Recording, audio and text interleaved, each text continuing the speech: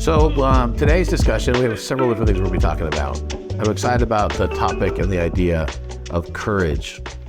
So we start out with these videos typically with a quick Kobe Bryant quote. And today's quote is a simple one.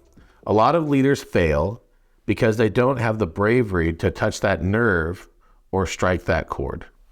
Which is interesting, right? I mean, in leadership, you think of this idea of bravery, but the idea of striking a chord or touching a nerve. And you'll see that oftentimes with people who are like in the coaching ranks and people who are stepping into that space and people who are kind of helping to improve other people. But the idea of like striking a nerve, what I'm hoping is today we can strike that nerve a little bit with you. And we can look at some different ways where you can touch the idea of being more courageous in your life and how that can look for yourself. And so as you start to look at that, there are several different things to start to look at ways of improving yourself. I love the idea and the concept by Muhammad Ali. And he said, he who is not courageous enough to take risks will accomplish nothing in life. Think about that. This idea of accomplishment and the idea of like owning the courage that we have in our own lives.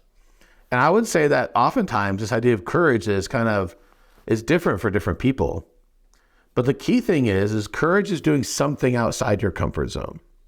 So typically when you're doing something courageous, it's seen by others as you're stepping into something that is unique or you're doing something different. And if you're stepping into real estate, you're going to be stepping into an uncomfortable space to be able to get your business to go where it needs to go. And you're going to start to see that, like when you're trying to create this idea of moving your business forward, it's going to involve courage because you have this path that you're already on right now.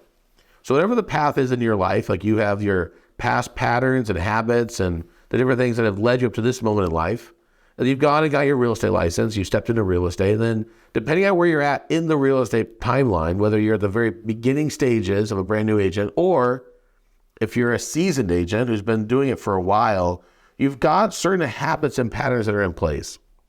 And if you continue on the pathway that you currently have, you're going to get the results that are already preset of where you're going to be ending up, which is normal, right?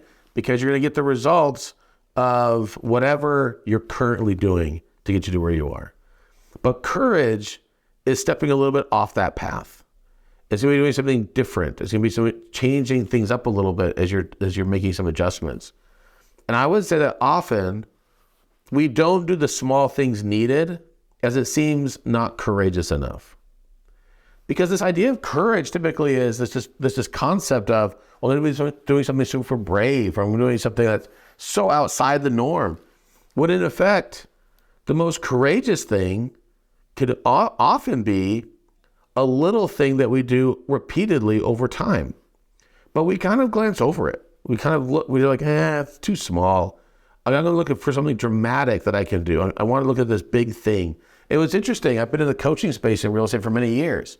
And it's fascinating to see how many people are looking for this big thing that'll change their life and their business. Like if you ever go to the real estate trade shows, it's fascinating because you have these endless booths that are set up in their trade show that have all these bells and whistles of all these amazing things. And oftentimes there's this magical silver bullet that they're trying to sell to real estate agents. And they're saying, well, if you do this thing, it'll give you this result that you've always wanted. And when real estate agents pay significant money oftentimes to get into this place where they can buy this thing that will give them the one answer that they've been looking for.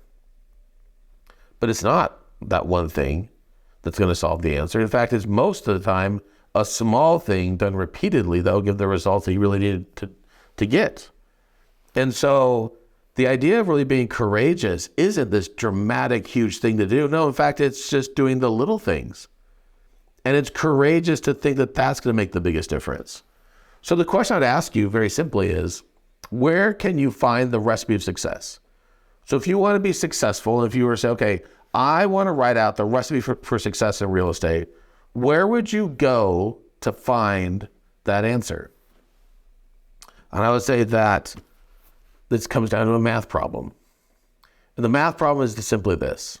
And this has been, over the last several years, I've watched this pattern many, many times. So people who want success, and they're looking for this recipe for success, what they do is they go to the masses. They go to ask everyone to see what they should do. Look at all the Facebook groups that are created around real estate and how often people go into those forums to ask the masses what they should do. Simple questions like, what CRM should I be using? And what would you do to go get listings in today's marketplace? And what would you do with clients on this? And you'll see that with real estate agents who are getting into the business. They'll go in and say, hey, I'm trying to find a brokerage I should join. What brokerage should I join? And what company should I be a part of? And they will ask the masses to see what they should do. But here's the problem. The problem is the masses of real estate are not successful. In fact, in our business, if you look at it, when people get into real estate, the numbers show that it's 13 out of 14 people don't make it past 2 years. So you have a huge fallout rate of people who get into real estate. Well, what's fascinating is how many people get into real estate and they go to that group of people who are not successful and they ask, what should I be doing? Or you look at the real estate industry across the country. You look at what the metrics look like. Even in our local market, you can look and see that over the course of a year, over half the people who have a real estate license, who are realtors, don't even sell a single house. But yet, I find it fascinating how many people that are looking for advice and help go to the masses to find out what they should do. And the masses are quick to give advice. It's fascinating. You get a lot of people who give advice, and most of the time, the advice they're giving is just to justify where they're currently on the path. So they might not be successful, but they think they know what it's going to take to become successful, and so they're quick to tell everybody else what they should do, because when it does it, it satisfies them in the current place that they're at. Because if more people join them on their journey to ineffectiveness, then they feel better because now there's companions on their journey. But this is the math problem, right? Because the math problem is simply there are a small group of people who are really successful, but yet how many people actually follow those people and they start to look at that instead of going to the masses? And too often, the masses are just going to lead everybody astray because they don't know what they don't know, but they're quick to tell everybody else what they do know, which they think is the right answer to get to where they want to go. I love this quote by Charles Bukowski. He says, the masses are always wrong. Wisdom is doing everything the crowd does not do.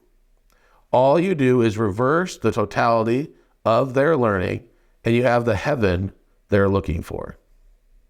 Think about that. What would happen if you did the opposite of what the majority of people are doing in your life? So let's just break this down to real estate. You look at what the majority of people are doing in real estate, and you look at what the majority of people are not doing in real estate, and you do the opposite. Because the masses are never going to be in the victor circle. And so what you're looking at is can you take your business to get to where you want it to go? And I would say what you're going to do is you're going to do the things, and it's going to be the little things that'll be the most courageous, that'll be stepping outside the norm. Now, the outside world is going to look at that and think you're crazy because they think they know what the right answer is. But how willing are you to be courageous and do the little things that'll make the biggest difference? That's where you start to see the biggest difference. That's true courage, is stepping outside the norm and not feeling the peer pressure of real estate ineffectiveness. This is like a last little thought on this for today, and that is there are a lot of companies and a lot of brokerages out there that brag and highlight how they are number one in so many different things. They talk about their size, they talk about how great they are, they talk about how amazing they are in so many different things. The problem is that's kind of embarrassing, because if the majority of real estate professionals in the marketplace are not successful, then those companies that are the largest contingent of those agents are now, I guess you could say, they're directly responsible for the majority of people not being successful. Because if the majority is not successful, then those companies who take up the lion's share of the agent base are the ones who are leading the charge to ineffectiveness. Now, you took it in your own life. You start to look at it and start to say, okay, I don't want to be a number like everybody else. I want to do my thing, which is going to be success, and I'm willing to do the things which are going to drive success. And those things are showing up into the little efforts, compounded over time, which will give you the results that you really want. And it's having the willingness to step off the path that everybody else thinks that you should be on. And be able to embrace that. Be the difference maker. Your clients will be inspired by your leadership as you become the tribal leader to your network and your database. Your sphere and your community are going to be inspired because you're willing to do things that above and beyond, which is going to be showing up consistently to have the results that you really need. So again, courage, it's not a huge thing. It's not this gigantic thing. You don't have to put a cape on and show up and do something dramatic. No. Real courage is just stepping off and going and starting to do something a little bit different than what everybody else is doing. And that consistently will give you the results that you really want.